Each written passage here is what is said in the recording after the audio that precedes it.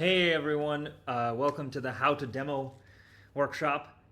This is the last of our workshops. Yeah. Back again with Chris. So at this point, you're probably thinking, okay, we've learned how to code, we've coded something, Yeah. learned how to debug, we've debugged and fixed the problems. We had a pretty nice experience, pretty awesome experience, and now we deployed it. And now it comes time to actually demo and show what you have built and have the judges actually live through the awesome experience that you've created. Yeah. And the question that I'm sure is on everyone's mind is, what actually does make a good demo? Yep. And just like we heard about Spain for what makes an awesome experience, an awesome demo is all about heart. Yeah. And what does that mean? So heart, the H stands for hands-on, E is explanation, A is adaptable, R is real data, and T is testing. But I think, again, Chris, this is something I'm going to have to explain, isn't it? Yeah, definitely. All right. So when it comes to the experience or demo being hands-on, what does that mean? That means really when you've spent all this time building an awesome experience, when the judges come around, I think it's most important that they actually use the experience that you built. They become fit inside the shoes of an actual user for that short period of time. And that, for that 1 minute, the most important thing is to not spend that 1 minute talking and doing a presentation to the judge, but have them actually use what you have built. Yeah. Right? Have them live through that experience. I don't know, Chris, if you've been to many hackathons where, at the judging round comes and it's a bunch of teams presenting PowerPoints and So I've seen, not necessarily PowerPoint, but I've seen where the hands-on doesn't work because they went too wide. One of the hackathons, I was happy that we entered because we won, but we didn't have the most wild idea. Somebody had a drone mapping software, but when it came to the hands-on experience, there was nothing there. Where we just had a very simple AI chatbot for a doctor, and everybody could use it themselves, so they had, a good experience. So hands-on is very important because people need to know that what you built works. Yeah, it doesn't have to be the most complicated thing like we've been saying, because what's way more impressive than coming up with a crazy cool idea is that the simple idea you made, people can actually use it Exactly. in 24 hours. Exactly. Right. Which leads us into explanation. Exactly. And this is the most important part. If you're creating a hands-on experience, you don't really have much time to talk and explain to the judges like what's actually going on. So explanation here is not really about you explaining what your experience does, but it's that your software should offer its own explanation. Yep. Your experience should offer its own explanation. Whether that means there's text on the screen that explains to people, hey, this is how you use this thing. This is the next thing you need to do. The software should be self-explanatory. The best experiences are ones that are self-guided. Yeah. Right. And you might be wondering, how do I practically do that? Make sure that your design is consistent with things that people are used to. So if you're creating a chat interface, make sure there's a little chat box at the bottom so the judge doesn't have to ask you, how do I? Right? You don't have that much time. So make sure your design and your implementation talks for you. Exactly.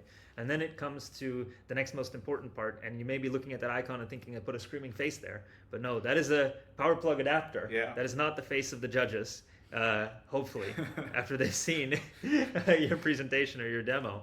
But no, what you really want to make sure is that your demo is adaptable. And really what that means is that your experience is adaptable. Yeah. You don't know what the judges might do. Yeah. When your software's in somebody else's hands, anything can happen, really. And so you have to be able to adapt. Your product, your software has to adapt. This is why even the simplest experiences can take time to build to make them really awesome, because you have to think, hey, what happens if a judge does this? What happens if a judge does that? Yeah, I don't think you know, Chris, but how many mobile apps I've seen where the developers never thought about what happens when you rotate the app in landscape. Oh my goodness. I've seen apps crash because of that. Exactly.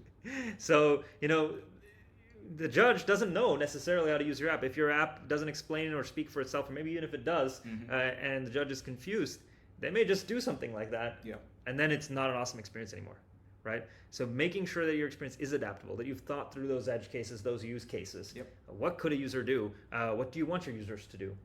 That's very important. Yeah. One quick tip is if you want to make it adaptable, make sure that whoever is developing that part of the solution the rest of the team also tries it out, because each of you has a different perspective.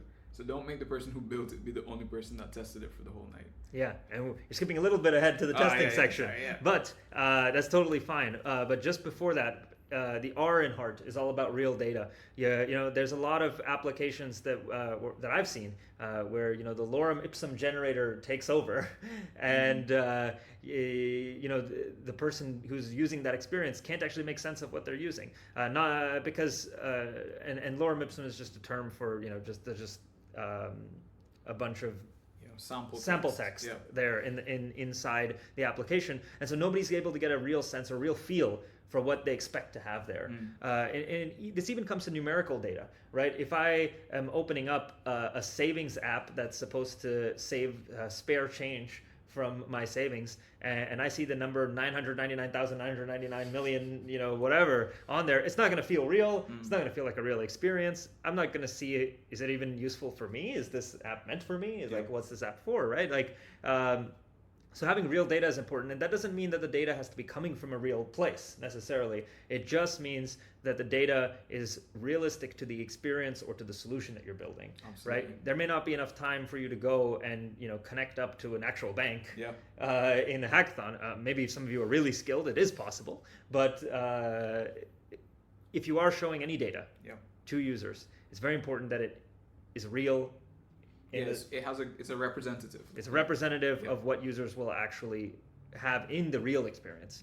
And if you have the time during the hackathon and you feel comfortable doing it, then it should actually be real data for real. Yeah, that would be great. That is the ultimate solution, because when you get there, then, I mean, I think you've just built an experience you can launch. Yeah. Especially if you have it deployed, then people can just start using it now. Absolutely. Right? There's no need to wait. So that's the real point, real data.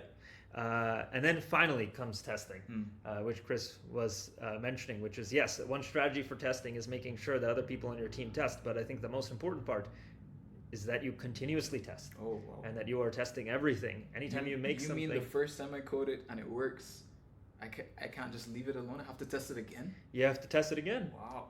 Because you don't know if it may have broken since then. Or maybe when you put two features together or two pieces of software together, maybe they behave in different ways. Maybe it forces you, maybe it ends up, you end up thinking about doing something differently as a user. Yeah. So testing is a very important part of the demo, because if you've tested your application, your experience thoroughly, then there's almost no chance the judge is going to run into any problem. Absolutely. So especially there's 5 people on the team and you probably only 2 or 3 judges. So with enough testing, you're more than likely to build an experience that is infallible at that point. So one of the things we want to stress is that, as Anubis said, your demo has to have heart. And that means there has to be a level of conviction in what you are showing, right? We've encouraged you from the start, make sure your experience is around something that you actually have as a pain point, because it's going to be hard for you to describe somebody else's pain as well as your own pain. So make sure that your demo also shows like the conviction that you have around this problem that you're solving, the experience you're building. And I think a lot of that conviction, especially conviction and the confidence in being able to give the software that you've built in such a short time to somebody else, comes from being extremely confident in the fact that you've tested everything you can do. And you know that it works when you 100%. Hand it to someone else. Right? But this is a big one, Anubis. Like, it's not just the development. You can have good development and a bad demo, and we don't want that. We want you to focus on both building something great and demoing something. And we believe that focusing on the heart, that is how you make sure that what you build and what you demo are both very successful. Agreed. And that's why even watching this workshop before even getting to the point of demoing or thinking about demoing is very important. Yeah. So, but I think that's all for us, and that's all for the workshops that we have today. But thanks everyone, and I'm sure we'll be on the floor there to answer any questions around this. So thanks guys. All the best. Great, good luck.